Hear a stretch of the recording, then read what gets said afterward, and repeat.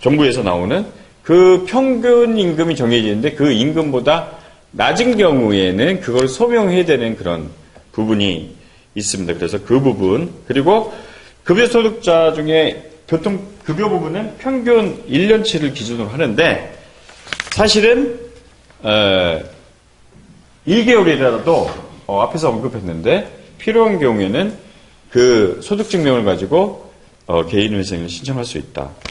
그 다음에 이제 생계비 부분을 잠깐 말씀드리면은 우리가 생계비가 보건복지부 기준 매년 고시가 되는데 그거의 1.5배를 인정합니다. 그래서 34페이지 개인회생 제도 내에서 최저 생계비는 1인 가구라면 자기 혼자 아무도 없을 때, 그 다음에 2인 가구, 3인 여기서 가구라면은 아까 언급한 대로 신청인 이외에 피부양자가 몇 명인지 그걸 포함한 개념입니다.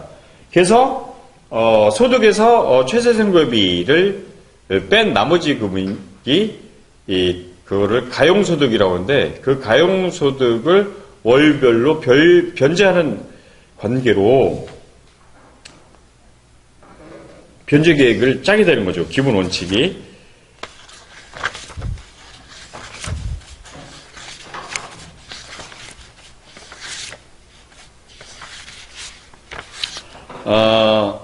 그래서 그 피부양자 판단하는데 일단은 미성년자, 그 다음에 이제 배우자가 소득이 있는 경우에는 피부양자에서 제외를 해요. 그러니까 예를 들어 남편이 소득이 높은 경우에는 높고 처가 또 직장까지 있다. 그랬을 때는 월 변제 투입금이 높아지는 거죠. 피부양자에서 처가 빠져나가기 때문에. 그래서 그런 부분들은 상담하면서 뭐 조절을 해서 할 수 있는 방법을 찾아보면 될 것입니다. 예를 들어 근데 특별한 경우가 있는데 예를 들어 20세가 넘었는데 사실 우리 현실적으로는 다 부양해야 되잖아요. 대학생 나이니까 만약에 특수한 경우 인정하긴 하는데 교육비 부분 있잖아요. 소득이 낮아가지고 교육비를 예를 들어 인정받고 싶다 했을 때는 추가 생계비로 인정받고 싶다 했을 때는 그래도 180%를 넘을 수는 없어요. 그리고 그걸 인정해주는 것 드문 경우니까 아무튼 상담하고 일을 진행하실 때 성년 20세를 넘은 경우에는 전부 피부양자에서 제외해야 된다. 그 다음에 부모 같은 경우 60세 이상. 근데 60세 이상이라 하더라도 소득이 있는 경우에는 또 피부양자에서 제외를 하는 것입니다.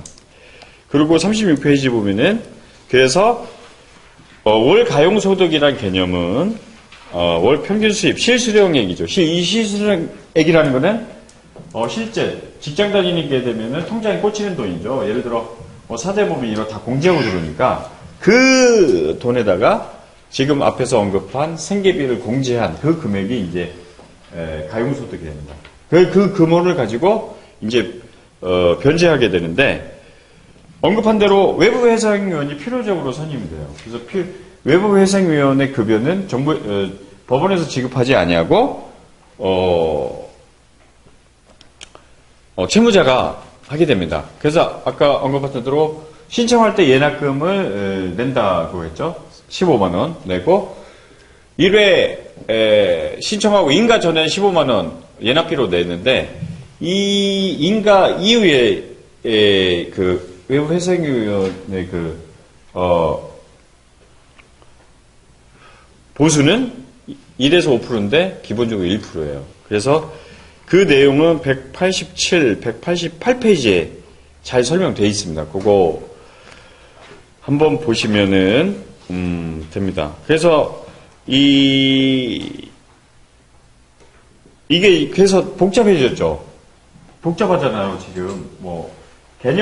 사실은 개념만 알면 이거를 자기가 계산해서 쓴다는 거는 굉장히 어려운 일이니까 이거는 프로그램이 있거나 또는 엑셀이 있거나 그런 걸 활용해가지고 한번 하시면 나머지 부분은 이런 거면 큰 부분 오늘 강의한 내용들 큰 부분들 재산 그 다음에 소득 그 다음에 채권자 관련했는데 그런 부분만 픽스하면 나머지 부분은 자동으로 전부 그 떨어지는 값들이 나오는 것들이 많으니까 그걸 활용하시면 됩니다.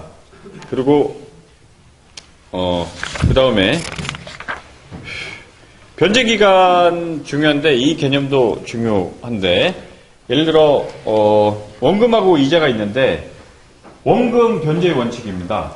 이 개인회생은. 근데 만약에 3년 이내에 이자가 갚아진다면 3년 이내에 원금 이자까지 갚아야 돼요. 그래서 그 이자 부분은 아까 개념이 후순위 채권이라고 얘기했죠. 그래서 책을 보실 때 이제 개념들 헷갈릴까봐 말씀드린 거고, 그 다음에 이제 3년을 넘어서는 경우에는 이자를 변제하지 않고 3년에서 5년 사이에 원금이 변제될 때, 이때는 그 기간으로 종료가 됩니다. 그리고 나머지 부분은 이자 부분은 탕감이 되는 거죠. 그리고 5년까지 변제했는데도 불구하고 원금과 이자 다 남았다 하더라도 5년으로 종결이 돼서 나머지 뒷부분은 탕감되는 관계에 있습니다. 그러니까 3년에서 5년, 그러니까 3년 이내에 원금과 이자 갚아진다 하더라도 개인회생할 수 있다는 거죠.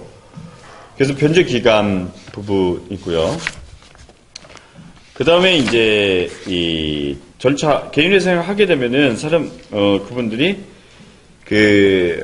아까 중지금지 된다고 했잖아요. 그래서 조심해야 될 게 지금 집이 경매 중인데 개인회생을 하게 되면은 중지되는데 인가 이후에 인가까지는 중단돼요. 이게 중단되는데 인가 이후에는 다시 진행된단 말이에요. 그래서 사람들이 개인회생 집이 있는 사람들은 집에 대한 애착이 굉장히 강해요. 그래서 집이 안 날아간다고 생각해가지고 상담하는 경우가 많아요. 근데 전혀 관련 없다는 거예요. 이게 이 중지금지는 인가시까지 그 절차 안정을 위해서 그리고 생계 안정을 위해서 중지해 주는 거지, 담보권 있는 근저당이 있는 경우, 경매 진행 중인 경우 인가 이후에는 그 별채권이라고 아까 얘기했잖아요. 별채권자는 별채권에 의해서 환가받도록 돼 있기 때문에 그 경매가 진행됩니다. 그래서 개인회생할 때 사전에 말씀드려야 되는 게 그거에 관한 것도 팁을 줘야죠. 예를 들어 인가 이후에 경매 진행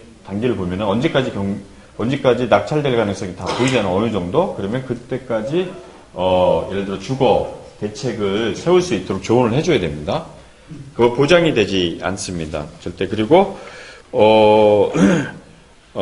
그 개시 결정이 나게 되면 뭐 변제 유고 금지 뭐 이런 게 다 중지되는데 언급한 대로 담보권, 담보 이런 부분은 인가 이후에는 다시 살아난다는 겁니다. 그 다음에 이제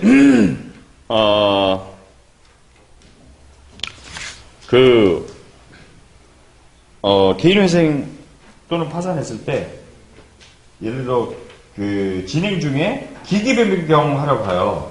핸드폰 뭐 KT에서 SK 이게 제대로 안 해주는 경우가 대부분이에요.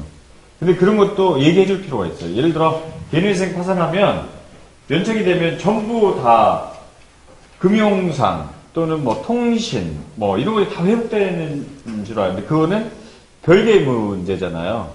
그 금융기관이면 금융기관과의 채무자의 신용도에 따라서 수행하는 거지, 이 개인회생을 활용했다고 해서 그런 것이 저절로 되는 것처럼 착각한단 말이에요, 일반인들. 그래서 그런 부분 주의해 줄 필요가 있다. 그래서 예를 들어 카드 발행도 안 되고 중지돼 있을 거 아니에요. 개인회생 경우에는 중지하거든요. 카드 지급 정지되기 때문에 그런 부분 살아나지 않는다. 그거는 그분이 예를 들어 개인회생 면책이 되고 또 파산 면책된 이후에 경제 신용도를 쌓았을 때의 문제다는 부분입니다. 그 다음에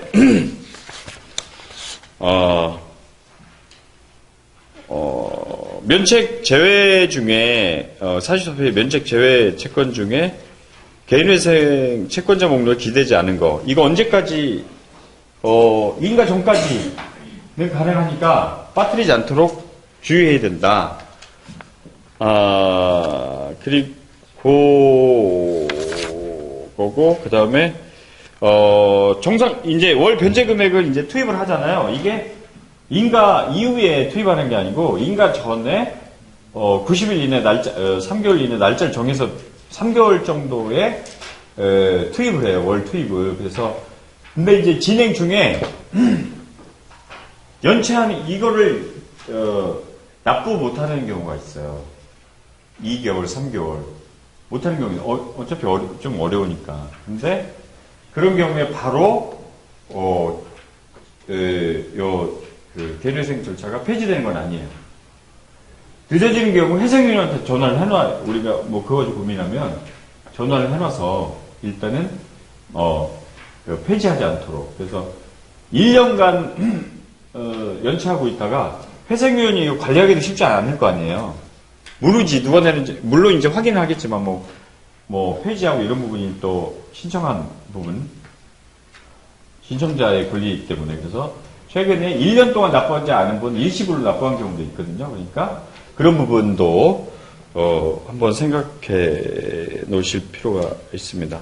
그리고 47페이지 보면은 아까 얘기한 변제율도 또한 중요합니다. 예를 들어 자기가 변제를 했는데 이게 너무 낮은 경우에는 인가를 해주지 않는 경우가 있습니다. 그래서 기본적으로 뭐 5천만 원 미만인 경우에는 5%라고 생각하시면 되고요. 그 다음에 그거 넘는 때는 3%. 그러니까 변제율은 굉장히 낮죠. 그죠? 그러니까 많은 그 채무자들이 활용할 수 있는 제도고, 그 다음에 재신청이 가능해. 인가가 불허가 났다고 했을 때 다시 신청할 수 있냐? 다시 할 수 있어요. 요건 맞추면. 예전엔 금지했는데 요즘은 다시 할 수 있어요. 그러니까 인가하다가 그것도 미리 좀 까다롭다 보일 때는 미리 얘기해가지고 인가 안 되면 다시. 그러니까 요 회생 파산 제도는 될 때까지 할 수 있는 제도예요. 회생을 하다가 안 되면 파산으로 하고, 파산하다 안 되면 개인 회생으로 하고, 될 때까지 할 수 있는 제도니까 인내를 가지고 하면은. 그래서 재신청할 수 있다. 그리고 면책된 이후에는 개인 회생 제도는 5년, 파산은 7년간. 그때는 이제 신청이 금지되죠. 그거 이후에는 불허가 난 걸로 재신청이 금지되진 않는다. 그것도 변경된 내용입니다.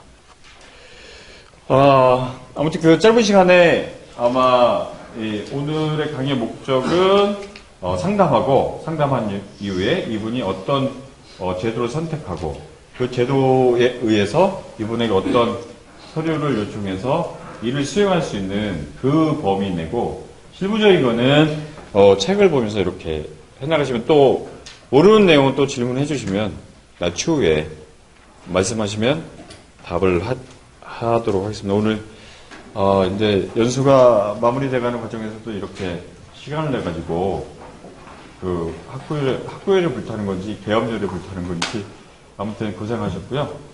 또 다음에 보면 반가운 관계가 됐으면 좋겠습니다. 감사합니다.